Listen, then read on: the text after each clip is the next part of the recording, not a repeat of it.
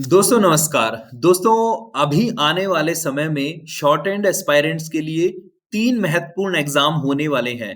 पहला जो एग्ज़ाम है वो है हरियाणा स्टाफ सिलेक्शन कमीशन का, दूसरा जो एग्ज़ाम है वो है स्टाफ सिलेक्शन कमीशन का और तीसरा जो एग्ज़ाम है Delhi high court personal assistant का और इससे अलग भी 1-2 एग्ज़ाम और भी हैं। लेकिन आज बात करेंगे अगर आपके ये 3 या फिर एक और ऐड कर लीजिए कोई भी इससे अलग भी आपका आने वाला है तो ये 3 या 4 एग्ज़ाम अगर आपके साथ में आने वाले हैं, आप चारों की तैयारी कर रहे हैं, तो आप इन चारों में कैसे बेहतर कर सकते हैं? या फिर आप जो सिलेक्शन स्पेसिफिक लेना चाह रहे हैं, उसमें आप कैसे सिलेक्शन ले पाएँगे? उसके बारे में हम बात करें। तो सबसे पहले आपको चेक करना है कि इन तीनों या चारों में से आपकी प्रायोरिटी कौन-सी है? सबसे पहले you have to decide your priority क्योंकि बहुत सारे एस्पायरेंट्स को लगता होगा कि जो मिल जाए अपने लिए तो वही प्रायोरिटी है और होता भी है ऐसा जब हम थोड़ा-सा मतलब अनएम्प्लॉयड होते हैं तो ये बहुत ज़रूरी चीज़ है कि हमें एक थोड़ा-सा जॉब मिल जाए, सबसे पहली प्रायोरिटी ये रहती है। लेकिन फिर भी कुछ स्टूडेंट डेडिकेटेड होते हैं कि मेरे को यही पोस्ट चाहिए, मुझे इसी के लिए ज़्यादा मेहनत करनी है क्योंकि वो सब चीज़ों का कंक्लूज़न निकालने के बाद तैयारी करते हैं।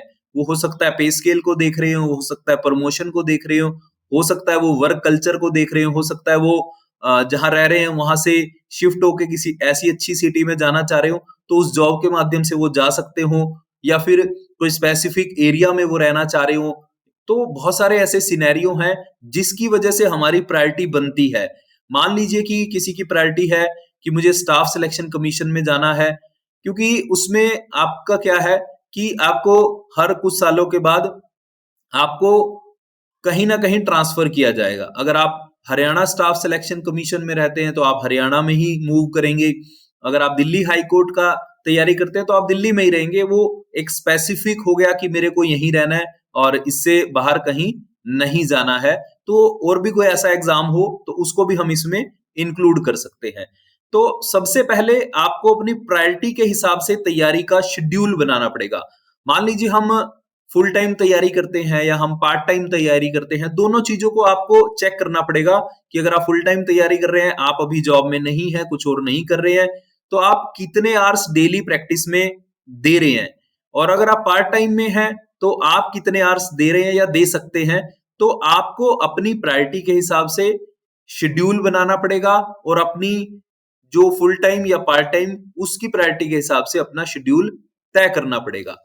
क्योंकि मान लीजिए अगर किसी की प्रायोरिटी दिल्ली हाई कोर्ट है, तो उसकी जो शेड्यूल में ज़्यादा तैयारी क्या रहेगी कि वो जजमेंट्स को रीड करेगा, वो लीगल के जो वर्ड्स हैं उससे ज़्यादा फ़ैमिलियर होगा, लीगल वर्ड्स की जॉइनिंग से ज़्यादा फ़ैमिलियर होगा और ये कहें कि स्पीड को ज़्यादा ध्यान देगा और अपनी जो वोकैब्युलरी तो सभी में लगती है, तो इस तरह की कुछ चीज़ों पे वो ज़्यादा काम करेगा, दिल्ली हाई कोर्ट के लिए स्पेसिफिक। और मान लीजिए आप एचएसएससी कर रहे हैं, तो फिर आप मैगज़ीन की तैयारी ज़्यादा करेंगे, आप जनरल टॉपिक्स करेंगे, आप एडिटोरियल पेज की ज़्यादा तैयारी करेंगे, न्यूज़पेपर में से डिक्टेशन लिखेंगे और अगर आप एसएससी कर रहे हैं, वहाँ आप कैलाश चंद्रा करेंगे, साथ में प्रोग्रेसिव करेंगे, साथ में स्पेसिफिक टॉपिक्स करेंगे और न्यूज़पेपर भी को भी ऐड कर सकते हैं।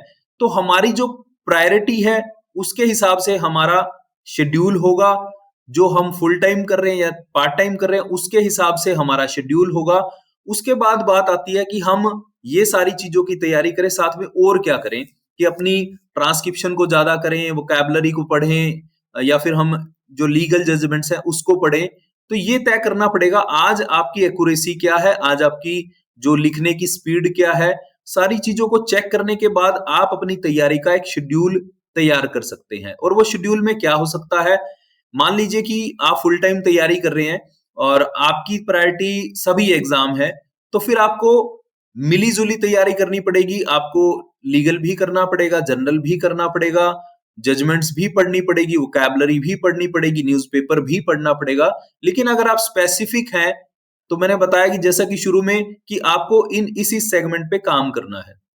और अगर मान लीजिए आपकी वोकैब्युलरी वीक है, आपको स्पेलिंग्स में प्रॉब्लम आ रही है, तो फिर आपको उसी के हिसाब से समय घटाना-बढ़ाना पड़ेगा अपने शेड्यूल में। मान लीजिए वोकैब्युलरी स्पेलिंग में दिक्कत आ रही है, तो किस पे टाइम बढ़ाना पड़ेगा? आप थोड़ा-सा रीडिंग में टाइम बढ़ाइए, थोड़ा-सा मैगजीन को रीड आउट करने में थोड़ा सा टाइम लगाइए, थोड़ा सा जजमेंट्स को रीड करने में समय लगाइए, थोड़ा न्यूज़पेपर को रीड करने में समय बढ़ाना है। ये नहीं कि सारा दिन हमें वही पढ़ते रहना है, थोड़ा सा अपनी वीकनेस और स्ट्रेंथ के हिसाब से शेड्यूल में घटाना बढ़ाना, यही मास्टरी है, यही सबसे जरूरी चीज है। और हम मतलब कोशिश करते हैं कि हम ये भी कर लें वो भी कर लें, और अपनी स्ट्रेंथ और वीकनेस पे हम फोकस नहीं करते कि मुझे कहाँ दिक्कत आ रही है। एक चीज ये। और मान लीजिए किसी की ट्रांसक्रिप्शन में बहुत ज्यादा दिक्कत हो रही है, तो उसको क्या करना चाहिए, राइटिंग कम करे, ट्रांसक्रिप्शन ज्यादा करे। मान लीजिए आप 2 ट्रांसक्रिप्शन करते हैं तो उसको 4 पे लेके जाइए, अगर आप 1 कर रहे हैं तो उसको 2 पे लेके जाइए। अपने टाइम और अपनी प्रायोरिटी के हिसाब से कैटेगराइज करिए चीजों को, अपनी वीकनेस और स्ट्रेंथ को देखिए, मुझे किस चीज पे ज्यादा समय लगाने की जरूरत है, किस चीज पे कम समय लगा के भी काम चल सकता है। तो इस तरह की कुछ प्रायोरिटीज को आप सेट करेंगे, चेक करेंगे शेड्यूल में, उसको एडिशन डिलीशन करेंगे अपनी वीकनेस और स्ट्रेंथ के हिसाब से, और इस चीज को आप घटाते बढ़ाते रहिए। शेड्यूल एक फिक्स कर लिया कि हाँ ये सारा दिन में यही करना है, अगले दिन भी यही करना है, चौथे दिन भी, अगर अगले 10 20 30 दिन का हमने शेड्यूल बना रखा है, उसको थोड़ा सा चेंज करिए, उसमें एडिशन डिलीशन करिए अपनी परफॉर्मेंस के हिसाब से। और ये तय करिए कि क्या आप अपनी स्किल को मास्टर करने के लिए थोड़ा सा कुछ एक्स्ट्रा एफर्ट्स लगा रहे हैं। अगर नहीं लगा रहे हैं तो थोड़े से एक्स्ट्रा एफर्ट्स लगाएं।